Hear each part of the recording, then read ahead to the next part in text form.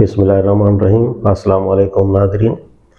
کس قسم کا اجماع حجت ہے؟ یہ سوال پوچھا گیا ہے مولانا سے، تو دیکھتے ہیں کہ مولانا نے اس کا کیا جواب دیا ہے۔ کس قسم کا اجماع حجت ہے؟ سوال: ایسا اجماع جو کسی صحیح حدیث پر مبنی ہو واقعی شرعی حجت ہے، اور ایسے اجماع کا منکر یقیناً کافر ہے۔ لیکن ایسا اجماع جو علماء نے کسی ایسے مقصد پر کر لیا ہو جو مخبر صادق کے لفظوں سے صراحتاً ثابت نہ ہو، یا کسی ایسی حقیقت سے تعلق رکھتا ہو جس کی تصریح شارع علیہ السلام نے نہ کی ہو، اور اسے مصلحتاً مجمل ہی رہنے دیا ہو، کیا یہ بھی شرعی حجت کی حیثیت سے رکھتا ہے اور اس کا منکر کافر ہے؟ جواب: اجماع کا مسئلہ بہت پیچیدہ ہے، یہاں اس کے تمام پہلوؤں پر بحث کرنا مشکل ہے۔ مختصراً یوں سمجھیے کہ اجماع سے مراد امت کا متفقہ فیصلہ ہے، اور یہ متفقہ فیصلہ لامحالہ دو ہی قسم کے امور سے متعلق ہو سکتا ہے۔ ایک قسم کے امور وہ جو احکام شرعی میں سے ہوں، دوسری قسم کے امور وہ جو دنیاوی تدابیر کے قبیل سے ہوں۔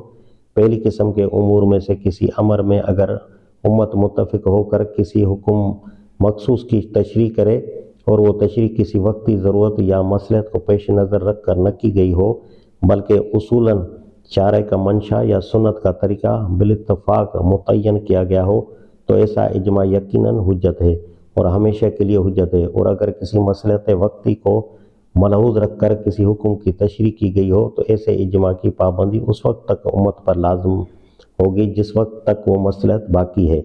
حالات بدل جانے کے بعد اس کی پابندی لازم نہیں رہے گی، بخلاف اس کے اگر کوئی اجماع کسی حکم شرعی کی تشریح کے متعلق نہ ہو بلکہ کسی تدبیر یا دنیاوی کے متعلق امت نے متفق ہو کر طے کر لیا ہو کہ اس طرح عمل کیا جائے، تو اگر اصول شریعت میں اس طرز عمل کے لیے کوئی گنجائش موجود ہو تو ایسا اجماع واجب العمل ہو سکتا ہے، ورنہ نہیں۔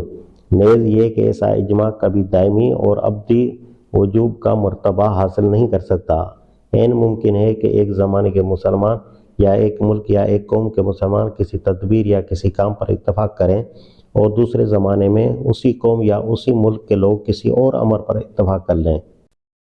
یہ ملکی، قومی اور زمانی اجماع صرف ایک خاص زمانے اور خاص ملک یا قوم کے مسلمانوں ہی کے لیے واجب العمل ہو سکتے ہیں۔ بعد کے زمانے والوں یا دوسرے ممالک کے مسلمانوں کو اگر اس میں تغیر و تبدیلی کی ضرورت محسوس ہو تو یہ دعویٰ کرنا صحیح نہ ہوگا کہ چونکہ پہلے فلاں خاص امر پر اجماع ہو چکا ہے یا فلاں ملک میں اس پر اتفاق ہو چکا ہے، اس لیے اب اس کے بارے میں کلام نہیں کیا جا سکتا۔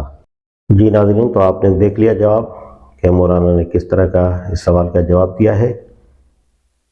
ایک دوسری ویڈیو تک کے لیے مجھے اجازت دیجیے۔ اللہ حافظ۔